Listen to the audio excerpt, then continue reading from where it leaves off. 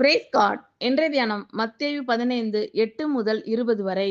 இந்த ஜனங்கள் தங்கள் வாயினால் என்னிடத்தில் சேர்ந்து தங்கள் உதடுகளினால் என்னை கனம் பண்ணுகிறார்கள். அவர்கள் இருதயமோ எனக்கு தூரமாய் விலகி இருக்கிறது.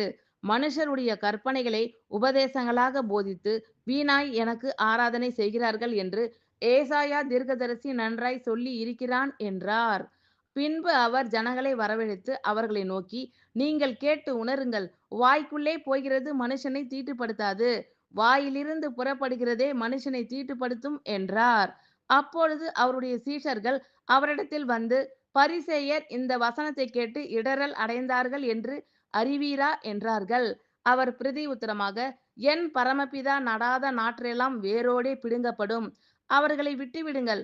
அவர்கள் குருடருக்கு வழிகாட்டுகிற குருடராய் இருக்கிறார்கள். குருடனுக்கு குருடன் வழிகாட்டினால் இருவரும் குழியிலே விழுவார்களே என்றார். அப்பொழுது பேதுரு அவரை நோக்கி, இந்த உவமையை எங்களுக்கு வெளிப்படுத்த வேண்டும் என்றான். அதற்கு இயேசு, நீங்களும் இன்னும் உணர்வில்லாதவர்களாய் இருக்கிறீர்களா?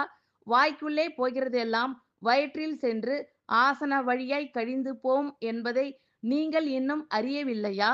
வாயிலிருந்து புறப்படுகிறவைகள் இருதயத்திலிருந்து புறப்பட்டு வரும், அவைகளே மனுஷனை தீட்டுப்படுத்தும். எப்படியெனில் இருதயத்திலிருந்து பொல்லாத சிந்தனைகளும் கொலை பாதகங்களும் விபச்சாரங்களும் வேசித்தனங்களும் களவுகளும் பொய் சாட்சிகளும் தூஷணங்களும் புறப்பட்டு வரும். இவைகளே மனுஷனை தீட்டுப்படுத்தும். கை கழுவாமல் சாப்பிடுகிறது மனுஷனை தீட்டுப்படுத்தாது என்றார். ஆமீன். Thank you Lord.